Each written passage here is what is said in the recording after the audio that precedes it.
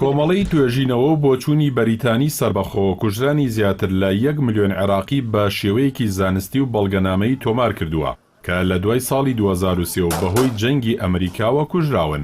ئاژانسی ڕۆیتەرز لە ڕۆژی پێنجشەمەی ڕابردوودا ئەنجامی ئەو راپۆرتەی بڵاو کردەوە کە کۆمەڵەی توێژینەوە و بۆچوونی بەریتانی سەربەخۆ بڵاوی کردەوە و لە ئەنجامی دیمانەی ڕوبەڕووی 2414 کەسی باڵغدا بە ئەنجامی گەیاندووە.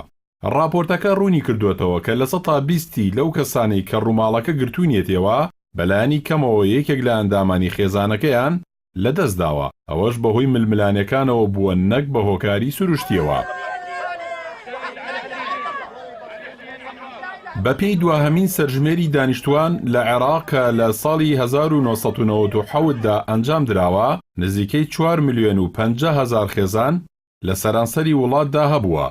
ئەوە ئەو ژمارەیە کە نووسینگەی سەرژمێری بەریتانی پشتی پێبەستووە تا گەشتووەتە ئەو ئەنجامەی کە 1,30,000 عێراقی بەهۆی جەنگی ئەمریکاوە لەو وڵاتەدا کوژراون. ڕێکخراوە بەریتانیەکە ڕوونی کردوێتەوە کە پەراوێزی هەڵە لە ڕووماڵەکەی مانگەکانی ئاب و ئەیلولی 2007دا هەبووە کە لە 101.7 بووە کە بەپێی ئەوە ژمارەی کوژراوەکان گەشتووەتە 1,200,000 کەس. ڕێکخراوە بەریتانیەکە بڕیاریدا ڕووماڵەکە دووبارە بکاتەوە بۆ ئەوەی گوند و لادیەکانیش بگرێتەوە چونکە لە ڕووماڵی ڕابردوودا نەیگرتبوونەوە.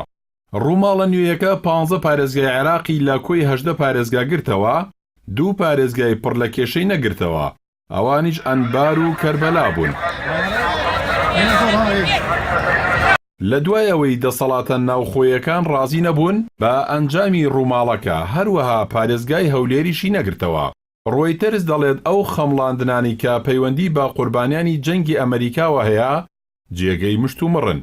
پێشتر گۆڤاری زالانیستی بەریتانی لە ساڵی 2004دا راپۆرتێکی بڵاو کردەوە و ئاماژەی کوژرانی دوای جەنگی ئەمریکای بە 100,000 عێراقی مەزەندە کرد کە زریانێک لە ڕەخنە و مشتومڕی لێکەوتەوە. بەڵام ئەم ڕێکخراوە بەریتانیەی ڕووماڵەکەی ئەنجام داوە سەربەخۆیە و لەلایەن حکومەتی بەریتانیاوە یارمەتی نادرێت و لە ساڵی 1994دا دامەزراوە و گرنگی دەدات بە کەرتی تایبەت و گشتی و خۆبەخش. بەپێی وتەی ئالان هایدی بەڕێوەبەری ڕێکخراوەکە کە لە ڕاستیدا ئێمە لەم ڕووماڵەدا هیچ ئامانجێکمان نەبوو جگە لە تۆمارکردنی ژمارەی کوژراوەکان لە دانیشتوانی عێراق کە بەهۆی جەنگی ئەمریکاوە و دواتریش ئەو ململانەی لێی کەوتەوە بە شێوەیەکی ورد نیشان بدەین.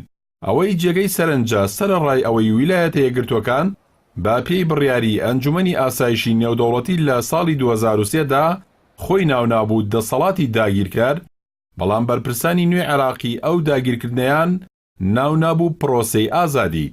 هەر بۆیە لە دوای ئەو کوشتار و کاولکاری و جەنگە تائیفیەی کە لەو داگیرکردنەوە کەوتەوە، حکوومەتی نوێی عێراق تا ئێستا ئاماری ڕاستەقینەی ئەو جەنگەی بڵاو نەکردوێتەوە کە ئاکامە نەرێنیەکانی بۆ دەیان ساڵی تر لە ناو عێراقیەکاندا بەردەوام دەبێت.